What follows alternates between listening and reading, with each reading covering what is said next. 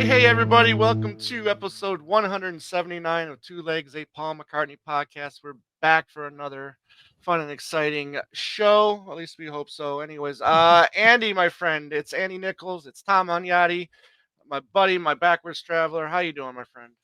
Good afternoon, partner, and here we are rolling again. Just this is a two of us episode. No special guest today. We're just gonna chew the fat and talk more solo Paul and take a deeper dive into the geekiness, world that is Paul, and we kind of scrutinize every little word or Yeah. interview in this episode anyway, an Anyways, interview. yeah, But yeah, yeah. I'm doing well. How are you?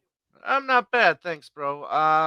Yeah, it's another Sunday. I guess what football's back in swing of things, huh? It's back, baby. Yeah, it's back. And we're recording this on the 28th of August. So by the time of this post, it'll be September, and football will be in the air. Not that that means much for the New York Giants. We'll see.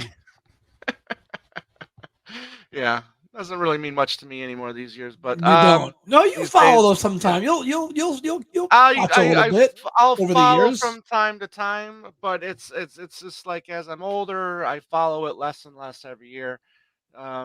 So for me, it's it's really It's not pointless. it's not It's really must see. It's pointless. not must see television. No, It not hasn't anymore. been. It hasn't been for a No, it long hasn't time. been. It's been probably since about 2010. It's been dwindling. You know. Yeah. So if it's So, on, but it's it's on. all But right. Yeah, yeah, hey, it whatever. happens. It It happens. happens. Yeah. But That happens, but the music never stops, right? the net music never ends, my friend. There you go. But today's show, yeah, it's going to be pretty interesting. We're going to go over the, what may be a first in the series, depending on the response of this. But we're going to go over the 1984 Playboy interview. There's been some interesting interviews that he did in the 80s. What the Vic Garbarini one comes to mind, the Chris Salavic one comes Salivik, to mind. yep. This one. Before we get into that, there is one little news item here for people that the completists out there, and I want to thank Susan Gagney for bringing this to our attention. But you can now pre-order a 2 LP of the holidays rule set, and the reason why I'm bringing that up is because it contains the Paul's the Christmas song "Chestnuts Roasting on an Open Fire." Song And on that set. So, and that's coming out on September 30th. and wasn't There's that a another version? She said it wasn't the same one as the one that's on the single that we right, have. right. So, yeah, I'm not 100% sure which version that is. But I mean, again, I have the single, I have the Yeah. 45 of it, so I Yep. don't know if I'll pick up this holidays rule set, but it's a nice red and green splatter that kind of looks like a candy cane Just in time type for thing. Crizzy. Yeah, right. And then there's a nice red vinyl for it, but yeah, just in time for Christmas. Yeah, you Uh, you s- you and I are pretty. I mean, we're completists, I would think, for the most part. But like Susan right. puts us to shame, man. Yeah, Susan is the completist. Like Tom and I are right. pretty thorough McCartney fans. We'll get Yeah, everything. She will literally get everything. everything. So So, those of but you out there, Susan's out there. She ranks number one for that. Thank you. yeah, so thank you, Susan, for bringing that to our attention. So I don't know how long this is gonna go because there's some really interesting quotes from Paul and Linda in this Well, Playboy let's 1984 let's let's interview. But go ahead. Yeah. contextualize the 1980s a little bit. Let's set the uh, stage, right? A little bit, for because it's like, on the heel, where is he at? Like, obviously John's been gone for a while now. And this interview that we're talking about today was conducted by Joan Goodman, and it was published in Playboy in December of 84. right. So, for whatever reason, as Tom mentioned, there's certain times there in the 80s where Paul is feeling very frank about when he's speaking. Garbarini on the McCartney interview, this interview that we're going to talk about today, and Salavic. And for whatever reason, there in the 80s, he kind of let his guard down, to kind of convey emotions that 40 years on now, almost, he will never reveal. He'll never be this honest again. You Right. would agree, Those days right? are over with. Those days Right. are over with. So, but you got to remember, John's gone. And this interview, especially, as we're gonna get to it. Wings was a little bit of a sore subject for Paul and Linda because they had dissolved. Kind of him and Denny Lane had some issues, and Yeah. Denny apparently penned some kind of tabloidy type Yep. stuff that didn't really go well. So, as we'll get to it, and Tom will go through the interview. it's sad to see them kind of distance, diss Wings a little bit, but not really. I mean, Paul talks about like how, and we'll get to it, but it's just interesting to look back on what was really, and the interviewer, Joan Goodman, Broad Street's the movie. That's what's coming out, and 90% of the interview is all about the Beatles and Lennon. Right. That's really Well, that's 95, really, because when you think about it, I mean, it's only the first question that's really, about Broad Street or, well, like, what are you recent doing now? recent Like, events. Yeah, recent, right? so it's more past stuff. And more recently with the Yoko stuff too a little bit. But Yeah. I do hope that everybody will also go back and reread this interview. We'll post it by the time this is posted. I'll have posted it on the Facebook on our Facebook page, and everybody can go back and reread it, because we're not gonna be going through every question. So No, I we want you to just know where I'm yeah. going, so then you guys can take it into context. Because I don't want anything to be, what I say is, be taken out of context, because I'm just gonna skim through this Yeah, you interview. read the question, read them, then read the answer. We'll talk about it. I mean, and, Right, and you will, the link will be in the description box. But right, any of you who have been on the internet for a while know that we right. pulled this from the Paul McCartney Project.com. Hmm. And that That's right. chap, I forget his name, but he's maintained this website for many, many years. And it's very comprehensive in terms of everything related to Paul, recording sessions, concerts, film, everything.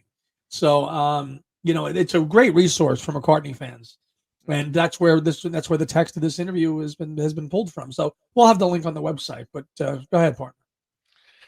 Well, right off the bat, we start off with, although we hope to cover a lot of ground, let's start with the reason you're in the limelight again, like he's ever out of the limelight. You just finished the movie. Give my regards to Broad Street. You wrote it, and you play a leading role. Why this movie now? And I guess I kind of like his response here. I guess Like, the ultimate luxury professionally is to be able to change your direction to work another medium. It's what a lot of people would like to be able to do. It has also given me a chance, or chance to see professional actors at work, and now I can tell the acting profession, no need to worry about me, folks. ain't that the truth? No, Although yeah, we there's love the no most. Yes, danger. we still love it, Ed. That wasn't a Yeah, dig at you, Ed. We love it right. anyway. um, And then so still, Len, it's still been great fun and learned a lot. It's a good little film. Nice interesting. evening out. I I and only is Go ahead. right. Go ahead. You finish it. No, Finish it I up. was gonna say the only regret, I didn't write a completely new score.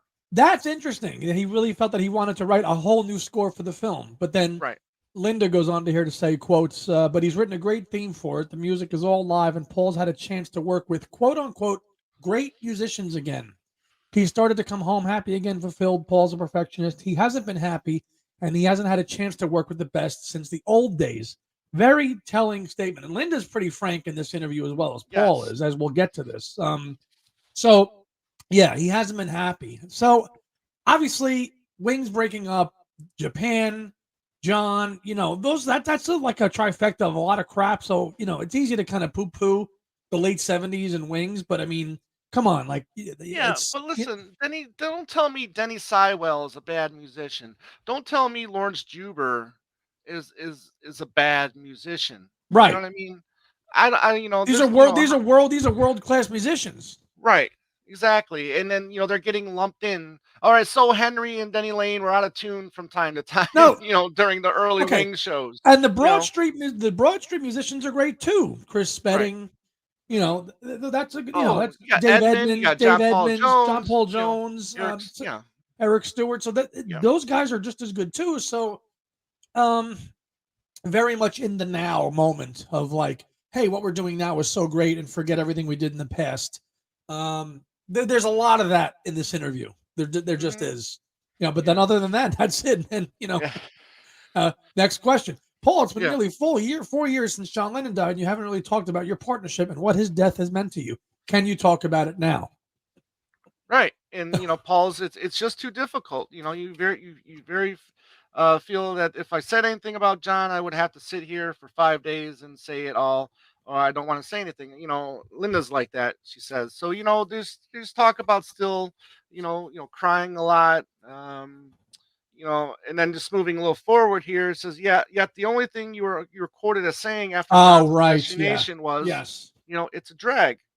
Um, part of his answer then after that was, and I was as I was coming out of the studio later, there was a reporter, and as we were driving away, he stuck the microphone in the window and shouted, "What did you think about Lennon's death?" And And I we'll had just finished the whole yeah. day in shock, and I said, "It's a drag," which is not necessarily accurate, because you'll see was Well, we posted we're gonna cut to it right right. now. So as you see, I mean, he's outside of the studio, and I mean, this is just kind of like nitpicking. But see, again, you know, He was so you see, salty. He was so salty though. Can you just see it? Look at yeah. his face. But then again, The it gum just goes to chewing. show that you can't remember. I mean, this was only what 4 years earlier, and his memory on that, it's not a completely accurate. Right. So I mean, you do see a bit of somebody pushing a microphone in there, but the drag comment was already made. As well before he got into the car. Oh yeah. So it's just interesting. Yeah. I mean, it's an impossible situation. Of course. Right, And he goes on the interview to say, well, all three of us did the same thing. We got up. We didn't want to face it. We went to work. right. It George, went to work. Ringo, Right, and that's what they did. And Paul, they all went to work. So of course, he's coming out. And it's very telling. To see that interview clip, just watch it and just see him how flippant he is. And right. it's I wouldn't expect anything. I mean, it was you know um and then the one guy is like, well, but why did you come in? And he's like, well, I didn't feel like it. Right. I didn't feel like it. So Right. you very rarely see him like that. But I mean, could you blame him? I mean, come on. I hear you. Moving up a little bit, do you remember your last conversation with John? He says, yes, that's a nice thing, a consoling factor for me, because I do feel it was a sad that we never actually sat down and straightened out our differences out. So, I mean, yeah, they're more friendly, they're getting along, they're talking, but they still had differences. Sure, You know, sure.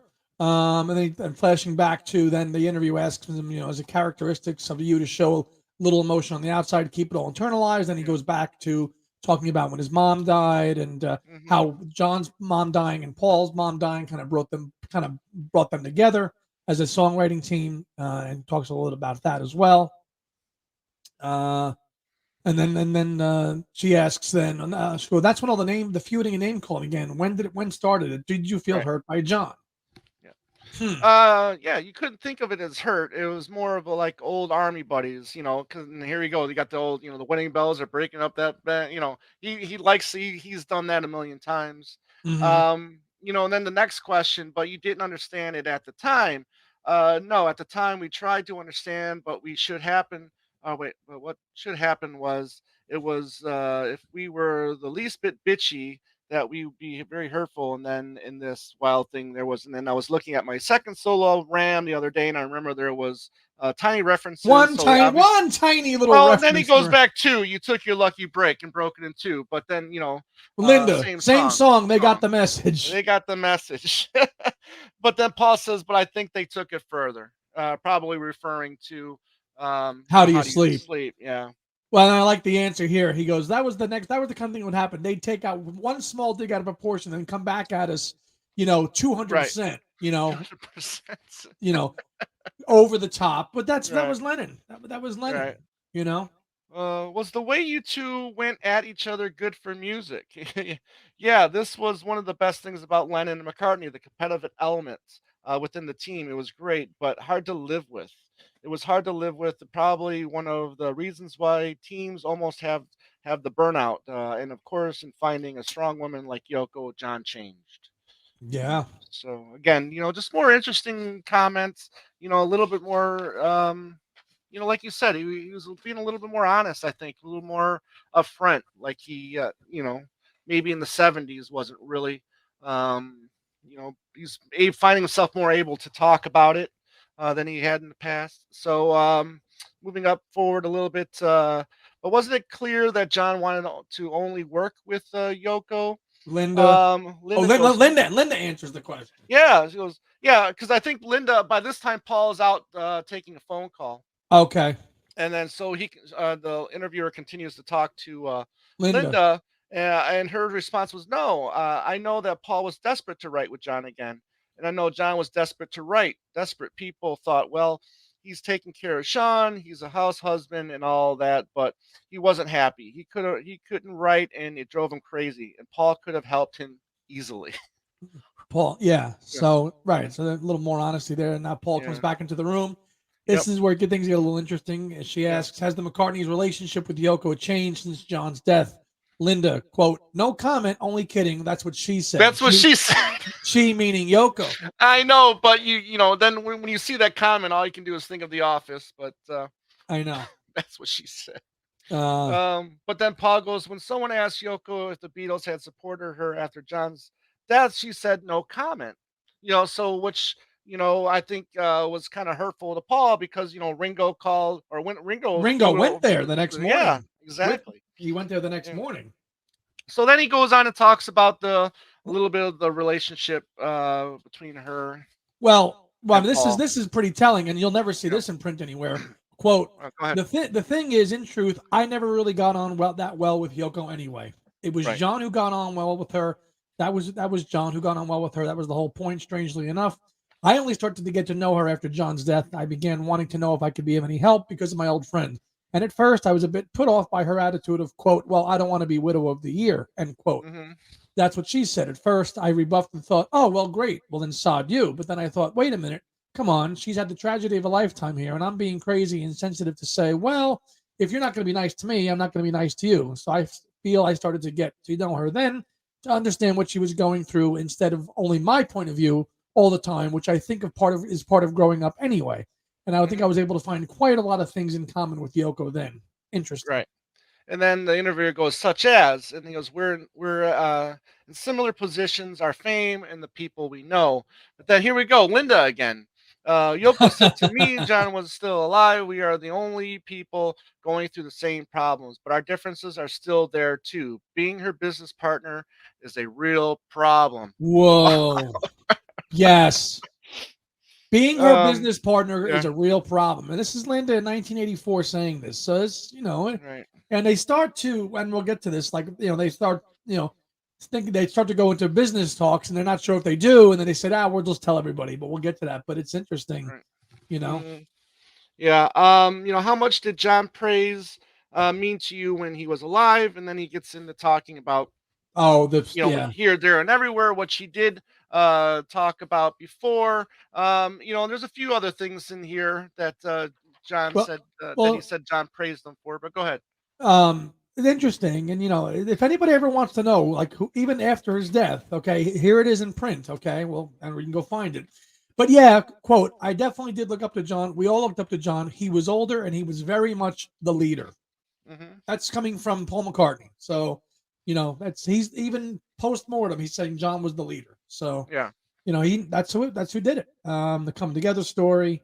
So he's saying it right there. So, uh, and the little, Um, go I ahead. did like the next question. Did you ever envy his cleverness when you wrote together? He goes, not no, not really. Just his repertoire. But Oh, and then um, and then Linda kind of chimes in with like, yeah, well, Linda quotes here says, "Well, it's the critics who say John was the biting tongue, Paul was sentimental. John was right, biting, but he was also sentimental." So, and that's very true, in terms of what they could write. Paul could write Helter Skelter, and John could write Good Night, right, and Linda says that.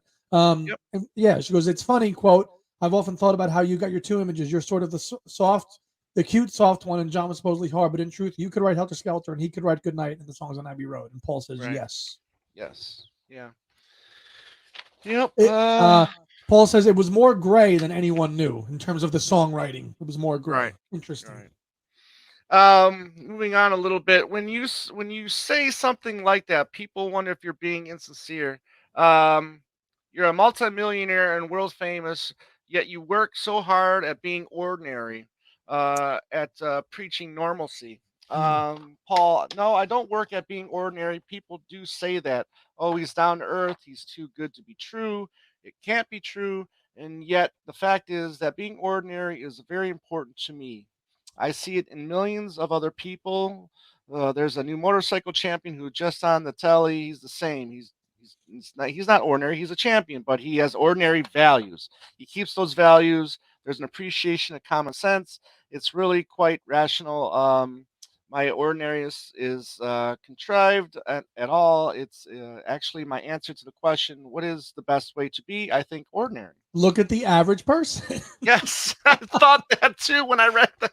Look at the average person. This is Yeah, something Paul has excelled at doing, which John could guy. never understand. John could never understand. How could you write about Mr. and Mrs. John Smith walking down the road? John could Right, never understand that kind of writing. And it was something Paul just, it came so easily for him right. to do that. And you got to really got to give credit. And is this where he talks about his upbringing in Liverpool? He talks about, this is where he comes from.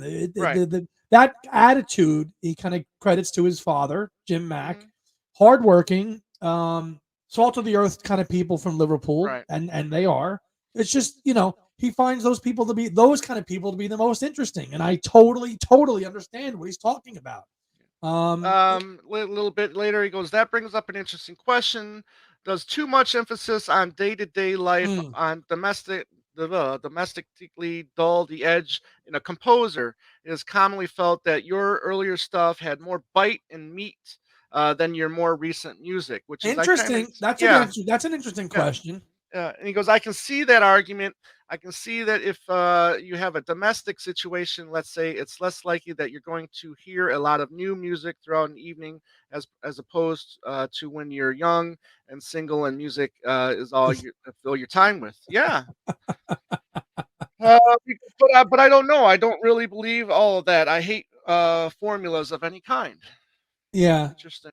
He Yeah. says, so I think a domestic situation can change you and your attitudes. Yeah, Mhm. interesting. Mhm.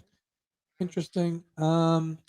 Is just making up a song the thing that fulfills you most? He goes, yes, nothing pleases me more than to go into a room and come out with a piece of music.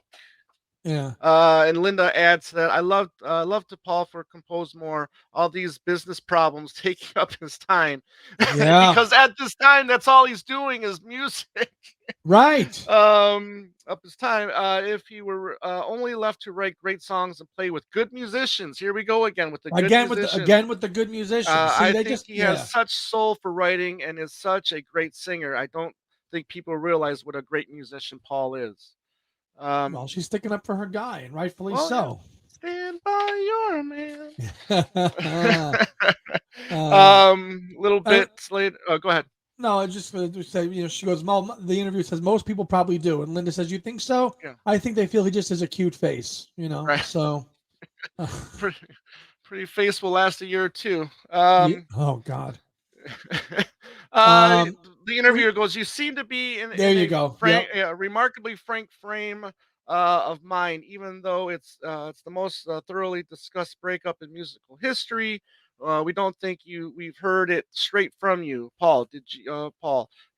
Did you or didn't you want the Beatles to continue?" And here we get a little bit of all that. Paul Mm-hmm. goes, as far as I was concerned, yeah, I would have liked the Beatles never to have broken up. I wanted to get us back on the road, doing small places, then move up to our previous form, and then go and play. Just make music, and whatever else there was would be secondary. But it was John who didn't want to. He had told Ellen Klein, the new manager, he and Yoko had picked late one night, and he didn't want to continue. Linda, Well, Linda, this is where it gets, because now they start to go into the story. yes. Linda says, and Alan said to John, quote, don't tell the others, and then quote, and then Linda says, I don't know if we dare tell this. Yes. Paul goes, yeah, I don't know how much of this we're allowed to say, but Alan said, don't tell them until after we sign the new Capitol Records deal, which wasn't too far after that September discussion. 69. No, it was Yeah. not. Uh, Linda says, I don't Um, know if we're allowed. And Paul yeah. says, it's the truth, folks. Linda says, it's It's the the truth. truth. Paul, even Uh, if it can't be said, we'll say it. It's the truth. So it was the right. very next morning, and I was trying to say, quote, let's get back together, guys, and play the small clubs. And that's when John said, dot, dot, dot. Yeah. Yep.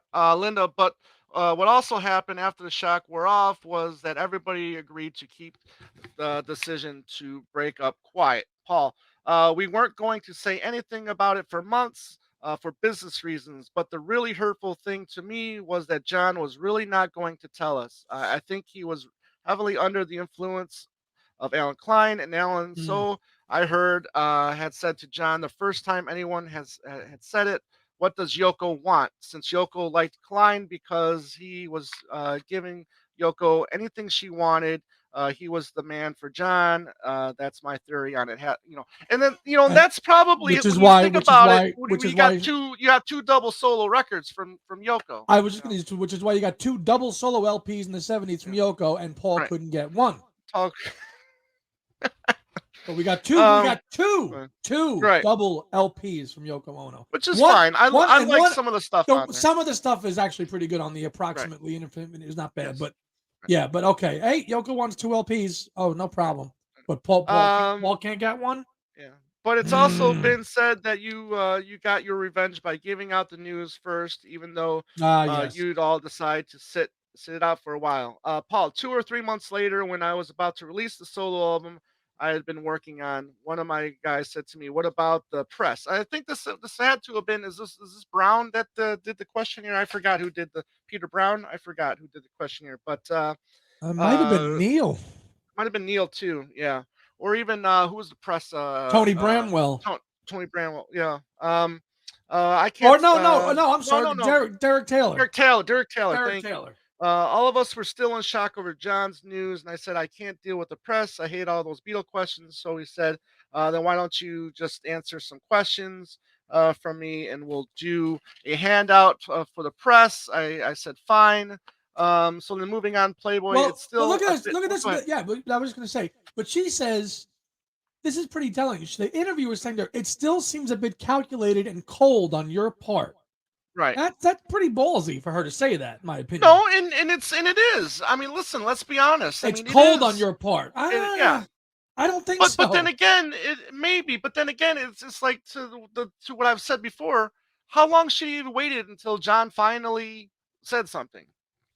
I, I don't yeah. know. It seems but it was going to be an insert in the album, but when it was printed as news, it looked very cold. Yes, so he admits it, even crazy, because it was just me answering a questionnaire, a bit weird. And yes, And he John was hurt capitalized by on that. it. He capitalized on the PR, and his album Yeah, did well. And yeah. John said as much. It's like he goes, I wish I did it because I could have used it to sell my album. Exactly, exactly. Linda goes on. Let me just say that John had made it clear that he wanted to be the one to announce the split, since Yeah. it was his idea. So there you go. Even Linda knew this. I mean, I think she was Well, also involved in a lot of oh, those well, interviews. she She was was right at there. the forefront of Yeah. it all at this time. Yeah.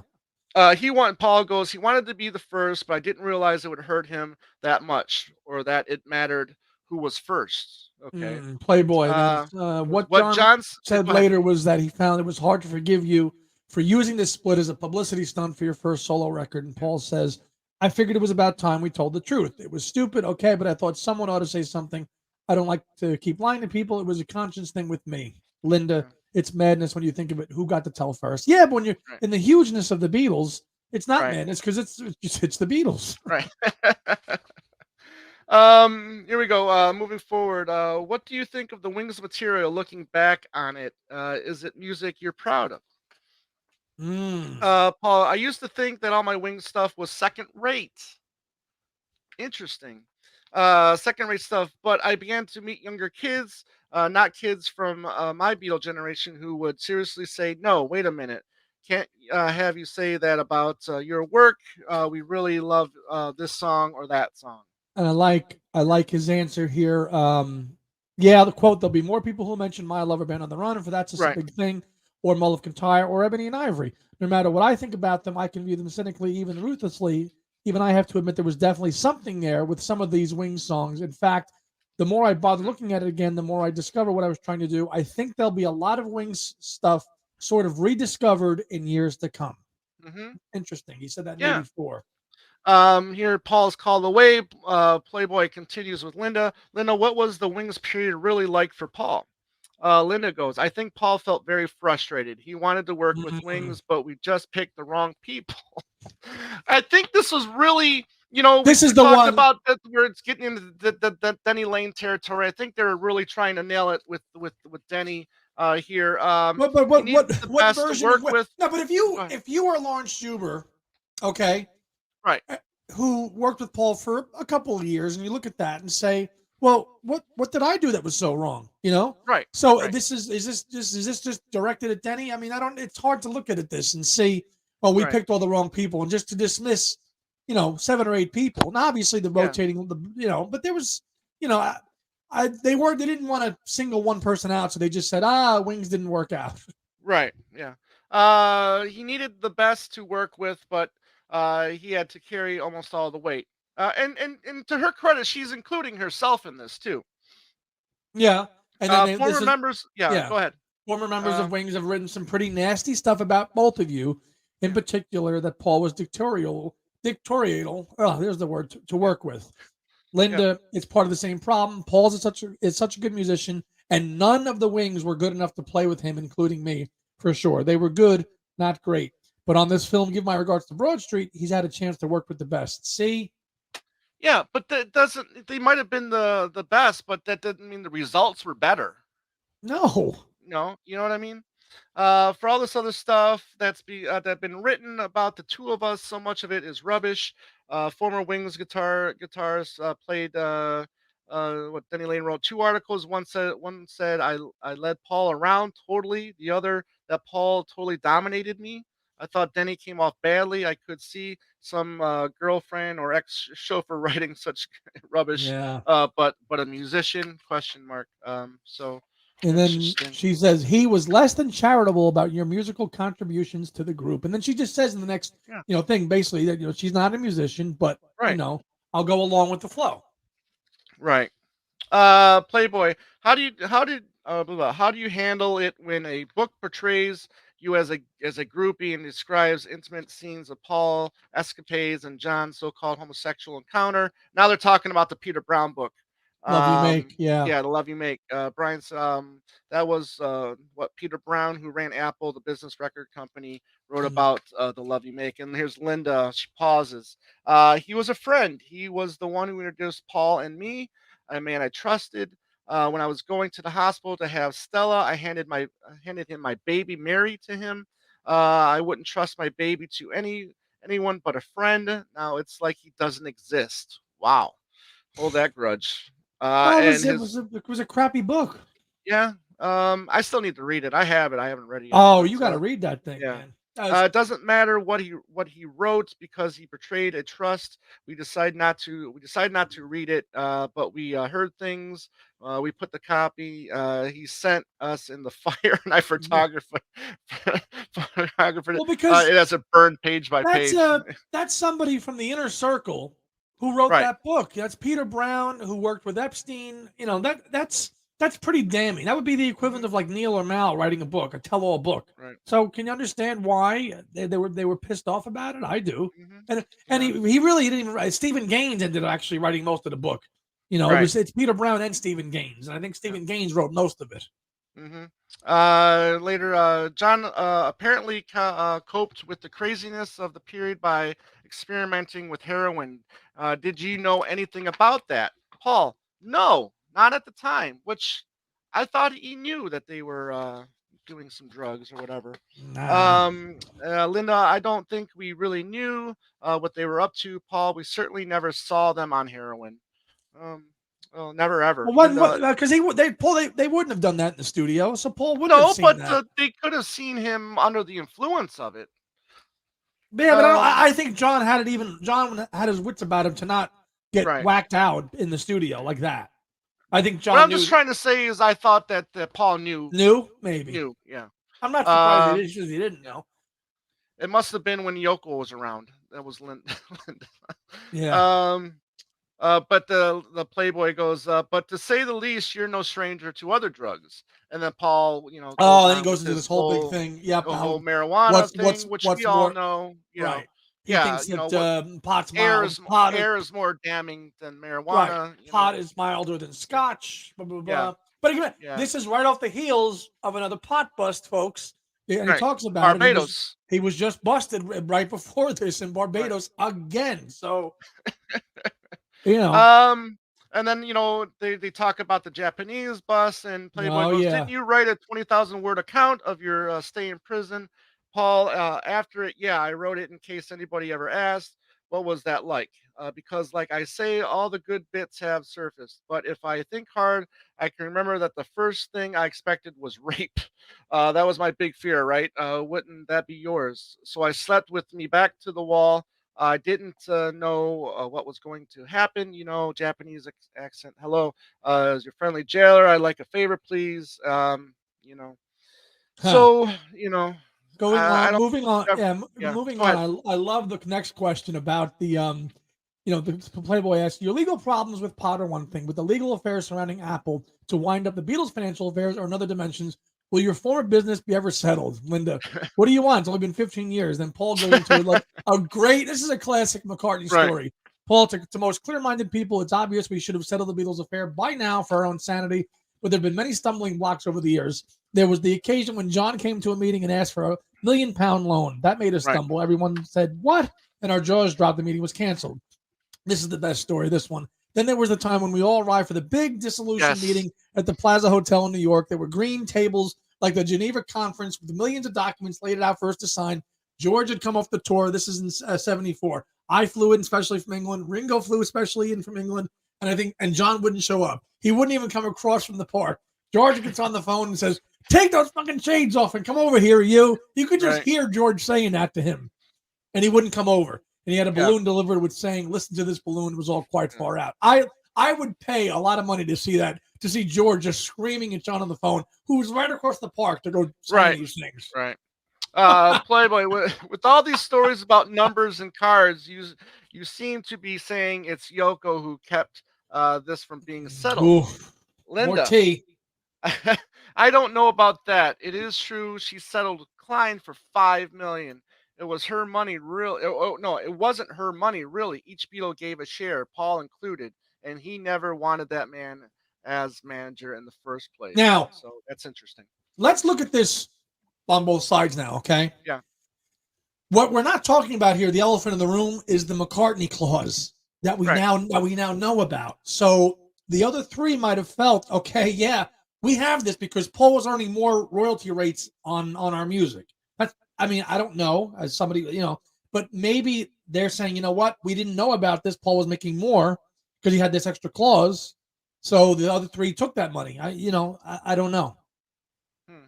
It's interesting because that Right. also that happened in '83. That very infamous meeting at the Dorchester Hotel happens in '83. So things are very frosty still with Apple at this point. Of course, the Rock and Roll Hall of Fame thing is a couple of years later, and he doesn't show. So things are really icy still because of Hmm. after that. So um, Fortunately for you, most of your income comes not from Apple, but actually from your music publishing company, right? yeah, And we'll get to, yeah, and then goes on and talks about all the investments that or the publishing that he got onto thanks to his father-in-law Lee. Lee and his Yeah, recently passed brother-in-law John Eastman, who just yeah, passed away a yeah, few weeks ago. And that right, the Eastmans, his father-in-law and brother-in-law are the ones that really kind of got him into the music publishing stuff and right, and and how to and really, I mean, that was really what most of his income was, his right. own music and publishing until the Beatles stuff was sorted out. Hmm. Moving up a little bit. Whatever else you say, people have always felt you are commercially minded, that you are motivated by money.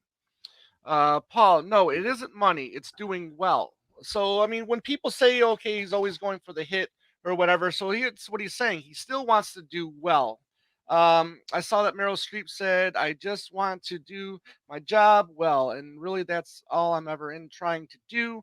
I still like writing songs. It still gives me a thrill. If I had been asked at 15 why I wrote, I would have answered money. But after a while, you realize that it's not really driving motivation. When you get the money, you still need to keep going. You don't stop. There has to be something else. I think it's the freedom to do what you want and to live your dreams. So Yes. I'm talking about what keeps him going, and it's to do well. I mean, yeah, I can. I when he gets the Egypt or the McCartney 3 comes out and you get all these versions, he still wants to do well. He still wants to sell records when it comes down to it. Of I can course. understand that. I can understand it. Um, so you took things from other groups. You heard what other pop groups were doing. Oh yeah, we were the biggest knickers in town, plagiarists Yes. extraordinaires. Yes. So this is the part where he starts talking about a few songs Right. in She this video. asks him, and he just Yeah, says, I'll just give you off the top of my head where these come from. And, she right, goes through a litany of probably about, I don't know, 20 or so Beatles songs, right. and just kind of gives off Um, one answers on a couple of them. Yeah, right. He- The one I highlighted here was she says, "And I love her." Was written for was that written for anybody? And he goes, "It's just a love song. No, it wasn't for anyone." Having the title start in mid sentence, I thought that was clever. Perry Cuomo did, and I love her many years later. Tried to nick the idea. I like that. It was a nice tune. That one I still like it. So it's funny because then when you read the lyrics book, you go in and I love her, and he's talking about there's multiple pictures of Jane in that Yep. for that song, and then in there he says, yeah, it was for Jane, which it's just weird. Why can't you're with Linda for all this time now, for almost 25 years, well, Well, 25 at this years, no, you know. at this point, only about 15. Yeah, thank you, 15 years, but still that should make you secure enough to be able just to say, yeah, it was about Jane, so what? Yeah, I you like know his answer when she asked him about She's Leaving Home. He says, I wrote mm, that, my kind of ballad from that period. He says that his daughter likes it, and one right, of his other daughter likes it and still works, and that he remembers George Martin was offended that he used another arranger. He was busy, and I was itching to get on right, with it. I was inspired. I think George had a lot of difficulty forgiving me for that. It hurt him. I didn't mean to. right. When he used uh Mike Leander to arrange that one. Yeah. Right. He goes, in my life, I think I wrote the tune to that. That's the one we slightly dispute. John either forgot or didn't think I wrote the tune. I remember he had the words, like a poem, sort of about faces he remembers.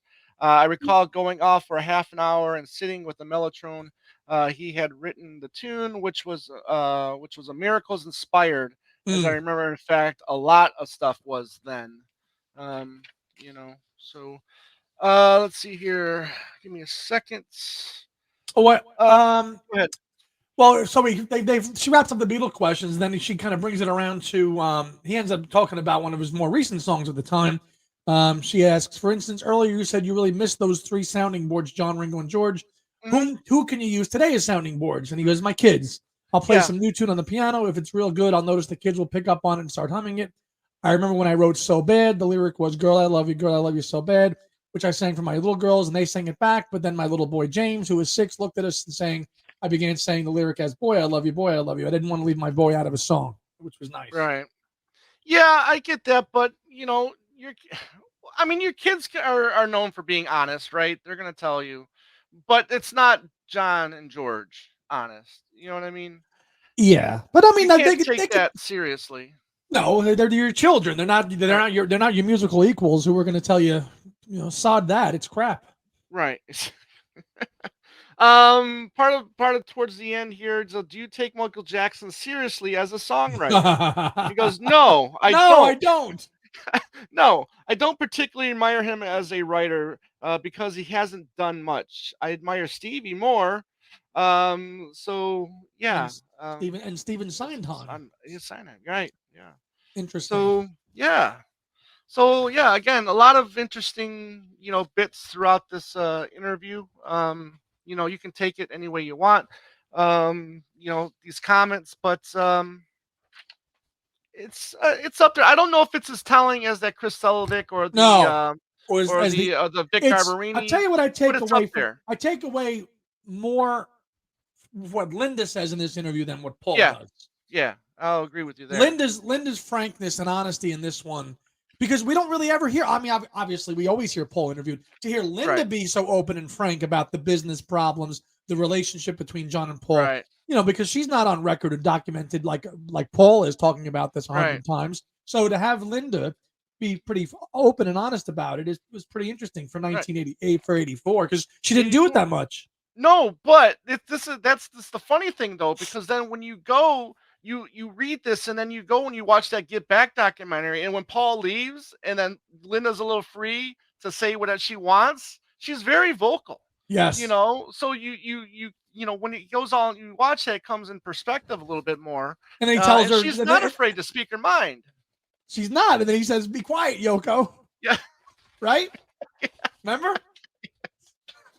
So So, it really interesting stuff in this interview. I mean, there's more in there, but again, we didn't want to spend 2 hours, no, we just skimmed going. across the Yeah. juicy bits.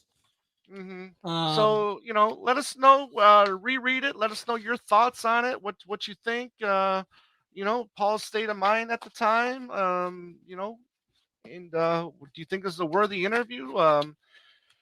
And all that. why do you think? Why do you think Paul now, say close to 40 years later, Right. um, and maybe just his age, obviously he's going to be so politically correct in his answers now. He's not going to Right. tiptoe like he did 40 years ago. Why? Why do you think Mhm. now at 80? Why? Some people when they age, they say, "Screw it, I'm just going to say anything. I'm 80. It doesn't matter anymore." But not Paul. Paul's Right. still ever so guarded now, ever the consummate professional. Doesn't let his guard down. So here he has. Why has that happened? I'd be Right. interested to hear what people say. Yeah, and then going over the song bits too, when they're talking about individual songs.